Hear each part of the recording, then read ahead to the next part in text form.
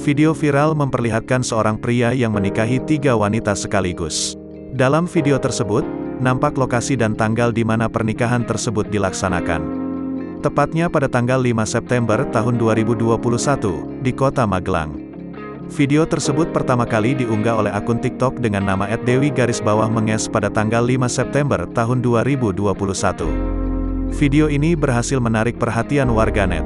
Dalam 2 hari setelah postingan tersebut diunggah, video seorang pria yang berhasil menikahi 3 orang wanita tersebut berhasil ditonton sekitar 949.000 pengguna TikTok.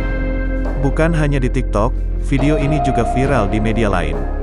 Setelah dikonfirmasi melalui akun @dewi_menges, video tersebut merupakan video kreatif yang dibuat bersama teman-temannya. Rupanya, sosok pengantin pria dan 3 wanita dalam tersebut ialah teman-teman Ika Dewi Menges yang merupakan pemilik akun TikTok @dewi_menges. Mereka merupakan teman-temannya yang bersedia untuk menjadi modelnya saat pemotretan tersebut. Ika Dewi Menges juga menuturkan bahwa ide itu muncul setelah ia dan teman-temannya melakukan pemotretan untuk portofolio usaha wedding yang telah ia rintis sebelumnya.